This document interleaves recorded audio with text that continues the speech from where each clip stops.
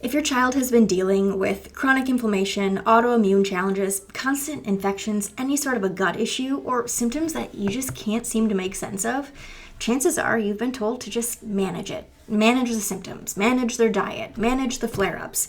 And whether that looks like medication, supplements, or honestly a combination of both, most families just end up on a long list of things to try to just keep things somewhat under control. But almost nobody stops to ask the more important question, and that's why can't your child's immune system calm itself down in the first place? If you're a parent who still feels like you've tried everything and you're still watching your child struggle, this video is for you, because what we're going to walk through today is a completely different way of understanding what's actually driving those chronic immune challenges. We're going to talk about the vagus nerve, why it acts as the master regulator of your child's immune system, how early stressors can disrupt it long before any of those symptoms even show up, and why so many kids stay stuck in cycles of inflammation even when families are doing all of the right things. Because here's what we see all of the time. A child will start with colic, maybe reflux. Then comes ear infections, one round of antibiotics after another. And then as they get older, it turns into things like allergies, eczema, maybe asthma, and eventually, for some families, a diagnosis like autoimmune conditions or chronic inflammatory disorders start to enter the picture. And at every stage, the approach is to suppress and to manage those symptoms.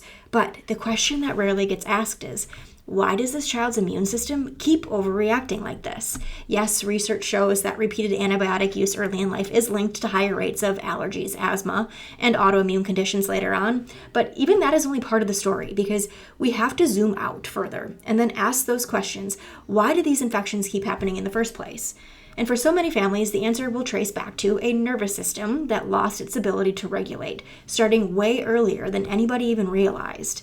The vagus nerve plays a massive, massive role here, and most parents, they're familiar with the fight or flight response, the gas pedal of the nervous system, but the body also has a brake pedal, and that brake pedal is the vagus nerve. It is the longest cranial nerve in the body. It connects the brain to the heart, the lungs, the gut, the immune system, and it drives the parasympathetic state. That's the rest, digest, and regulate side of the nervous system. It also helps control things like heart rate, breathing, digestion, emotional regulation, and critically, how the immune system responds to stress and inflammation. When the vagus nerve is functioning well, it's like this air traffic controller coordinating everything in the body. But when that signaling is disrupted, the systems that it regulates start to lose coordination, and that includes the immune system. There is a very specific mechanism called the cholinergic anti-inflammatory pathway that really brings this into focus. Researchers are discovering that the brain actually sends signals down the vagus nerve to tell the immune system to calm down. And when inflammation rises, the vagus nerve is able to detect it. It communicates with the brain, and the brain then sends back a signal that releases acetylcholine.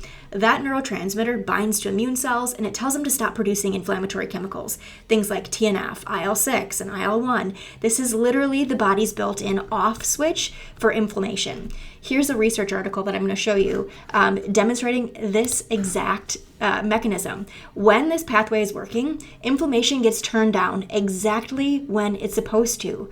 But when that vagal signaling is disrupted, that off switch doesn't work the way that it should, and inflammation then starts to become chronic rather than temporary. Then the next logical question often becomes, why does that dysfunction happen in the first place? And this is where we talk about what we call the perfect storm. It's not one single event, but layers of stress during key developmental windows. Prenatal stress can shape how the nervous system develops before a baby is even born. Birth interventions or physical stress during delivery can also impact the brainstem and that upper cervical region where the vagus nerve originates. And things like early environmental stressors, toxins, and infections will all continue to compound that stress. And when that happens, early signs often show up as digestive issues, sleep struggles, excessive crying, or frequent illness. And then over time, it evolves into a nervous system that is stuck in stress mode, even though the symptoms may look completely different on the surface. And this is also why so many families feel stuck when they're doing all of those right things. They're doing the diet changes, the supplements, better routines.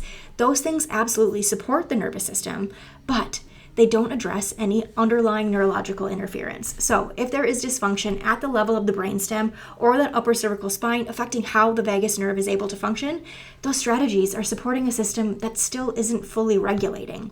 It's like trying to renovate a house that's on a cracked foundation. You can improve a lot of the things on the surface, but if the foundation isn't stable, things are going to continue to shift. And this is the point where we need to pause for a second, because this isn't just theory. This is something that we can actually see. I'm going to show you here a visual of a thermal scan. And what you're looking at here is one of the inside scans. This is where we can objectively measure how your child's nervous system is functioning. On the neurothermal scan, we're often seeing patterns of sympathetic dominance, especially in the upper cervical region where the vagus nerve originates. And that's exactly what you see on this scan view, where you see those big red bars. That is a sign of nervous system interference, which we call subluxation. On this next view, this is called an EMG, and on the EMG scan that you see here, we see lots of areas of excessive tension and interference, particularly through that brainstem and upper cervical region, which again directly impacts vagal communication. This is the HRV scan, and what shows up on HRV scans of kiddos who are struggling with immune challenges is an HRV that's constantly depleted. It's a nervous system that doesn't have the adaptability or the reserves that it needs to regulate stress and inflammation.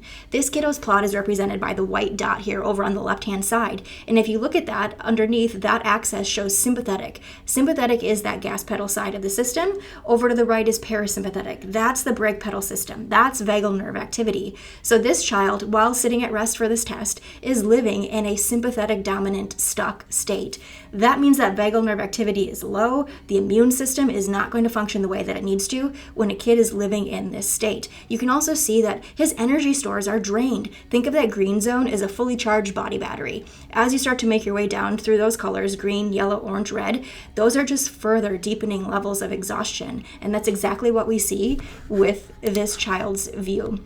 When that interference is reduced and the nervous system begins to start to regulate again, that vagus nerve pathway can come back online. And that's when we start to see real change in not just how kids feel, but in how their bodies actually function. Better immune responses, better resilience, and the ability to handle stress the way that their body was designed to. So, if your child has been stuck in chronic inflammation or immune challenges and you feel like you've tried everything, this just might be the missing piece. The body already knows how to heal, the immune system already knows how to regulate, but it can only do that when the nervous system is functioning the way it's supposed to.